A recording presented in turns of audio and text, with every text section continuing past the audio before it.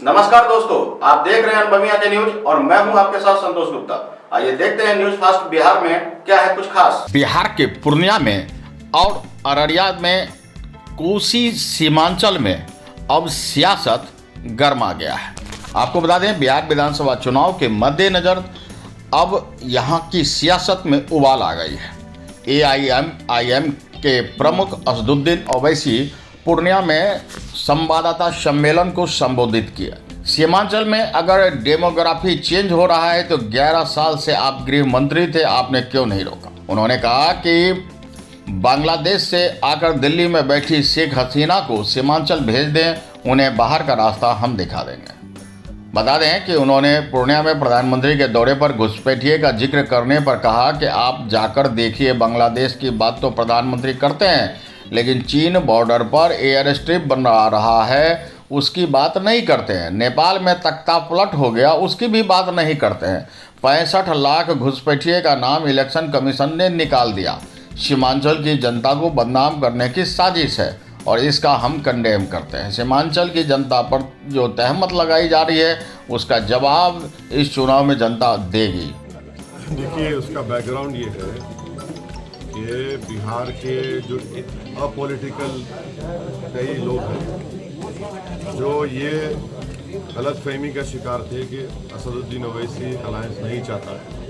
Personally मुझ पर allegation लगाया गया, तो हमने अख्तर भाई से कहा कि ये लोग ऐसा कह रहे हैं तो आप उनसे ही लिखवा लीजिए, क्या लिख कर देना। तो बोले कि आप लेटर लिख दीजिए। तो बोले ठीक है, लिखते हैं लालू जी को।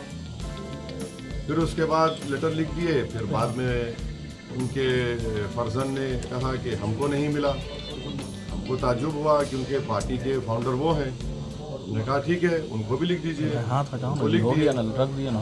तो ये तो मैसेज जा चुका है कि जो हम पे इल्ज़ाम लगाते थे कि हम अलायंस नहीं चाहते या बातचीत नहीं करते, तो हमने कर दिया है। अब इनके ऊपर है मुनस्सिर, वो अपनी पार्टी का फैसला वो लेंगे, हम अपनी पार्टी का फैसला हम लेंगे। इंसाफी हो रही है। प्रधानमंत्री आए यहाँ पर, घुसपैठी का जिक्र कर दिए, यहाँ पर ज़्यादा आबादी बढ़ रही है। हम प्रधानमंत्री से एक रिक्वेस्ट करेंगे बड़े ही ह्यूमिलिटी के साथ कि जो आपकी मुंह बोली बहन बांग्लादेश से दिल्ली में आकर बैठी हुई है उसको सीमांचल लाइए। हम प्रधानमंत्री को बताते हैं कहाँ जाता है रास्ता बांग्लादेश का, वहां जाकर छोड़ दीजिए। और प्रधानमंत्री जो है, आप जाकर देखिए बॉर्डर का इलाका जो है, आप वहां पर खड़े रहकर देखिए। बांग्लादेश का दिखता इलाका जहां पर चीन एयर स्ट्रिप बना रहा है, उसकी बात ही नहीं करते प्रधानमंत्री। पड़ोस नेपाल में पूरा तख्ता पलट दिया गया, उसकी बात ही नहीं करते। कैसे हो गया?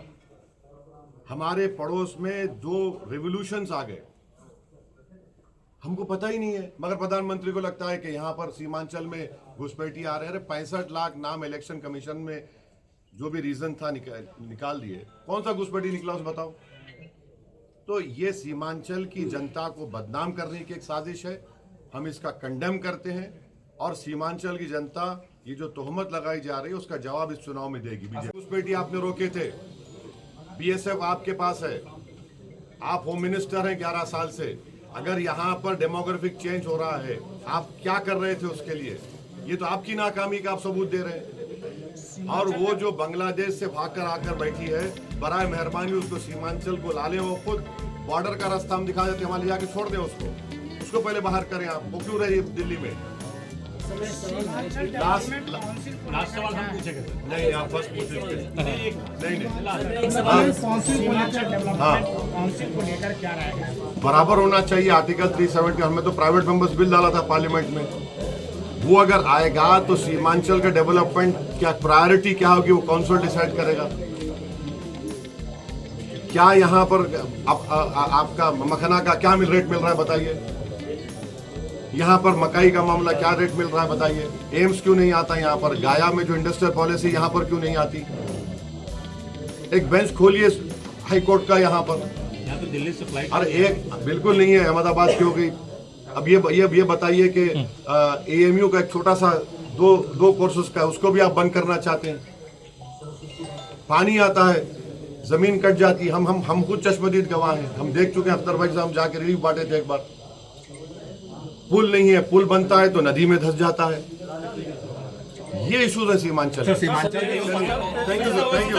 बता दें कि उन्होंने आगे कहा कि सदन में पाकिस्तान के साथ मैच नहीं खेलना चाहिए, हमने आवाज़ बुलंद की थी क्योंकि मोदी जी ने कहा था कि पानी और खून एक साथ नहीं बह सकता है, दोस्ती और आतंकवाद एक साथ नहीं हो सकता है।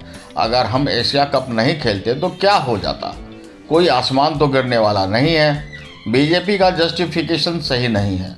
ओवैसी ने कहा कि राजद को हमने खत लिखा था लेकिन उसने मना कर दिया, अब यह तय हो गया है कि कौन किसकी बी टीम है। ओवैसी ने कहा कि भारतीय जनता पार्टी मोहब्बत के विरोधी हैं, कोई पैगंबर से मोहब्बत करे या कोई महादेव से, यह तो देश की खूबसूरती है, इससे क्या फ़र्क पड़ता।